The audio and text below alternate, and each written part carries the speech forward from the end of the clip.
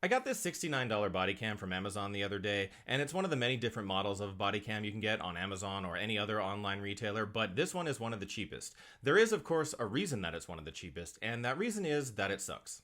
Look, for 70 bucks, I'm not expecting cinema quality, but the performance of this camera is so bad, it makes me wonder why anyone would ever buy it. First off, I take issue with the way this is marketed on Amazon, like police body cam, really?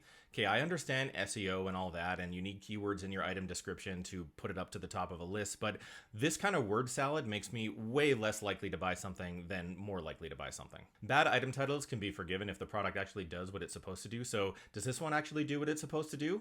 Of course not. It's total garbage. The image quality is not good, and there is no stabilization at all, which I think would be a feature that would be especially important on something like a body cam, where you're wearing it, you're moving around a lot. Like if you have a stationary camera, you don't really need image stabilization, but unless you're going to use this to record a POV of yourself sitting on the couch watching TV, the footage you're going to get is going to be almost completely unwatchable. And if you have an Apple device, the footage will be totally unwatchable because this records in an AVI format, which is a really ancient video encoding format that I haven't seen since like the early 2000s when I was downloading South Park episodes totally legally from uTorrent. Okay, but if you have a PC, that's not a big deal, right? Well, no, it's not really a big deal to open the files, but if you want to watch them, it's going to be a total pain in the ass because this thing only records video in 5-minute chunks, which means every 5 minutes you get a new file. So if you're going to take it on an hour trip to like the grocery store or the dog park, that means you're going to have like 12 files that you have to stitch through. And every time it creates a new file, it skips about 2 or 3 seconds of recording. So if you want something fluid and continuous, you're not going to get it from this camera. I also found it impossible to know where the lens is pointing.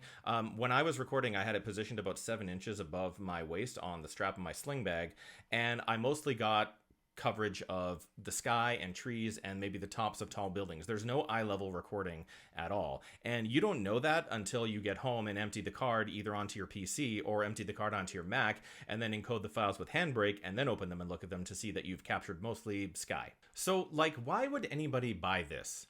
The quality is not good enough to make walkabout videos, it's definitely not subtle enough to be a spy camera, and because of the way it separates files into 5-minute chunks with 2 or 3 second gaps in between, you're not really getting any fluid recording of any events or anything. And if it's not really useful, doesn't that just make it an expensive toy? In the US, the average hourly wage is about $31, so do you really want to go to work for 2.5 hours just to afford this piece of garbage? And there is so much of these junky, cheap electronics being sold right now on Amazon and other online retailers. In fact, I was able to find this exact model of camera being sold by several different sellers under several different brand names. There's a really good chance you don't need a body camera, but if you do need a body camera, it's because you need something that records good quality footage without interrupting every 5 minutes for 2 to 3 seconds. So this isn't the camera for you. In fact, this isn't the camera for anybody. Don't buy this. It sucks. Thanks for watching, guys. I'll see you next time.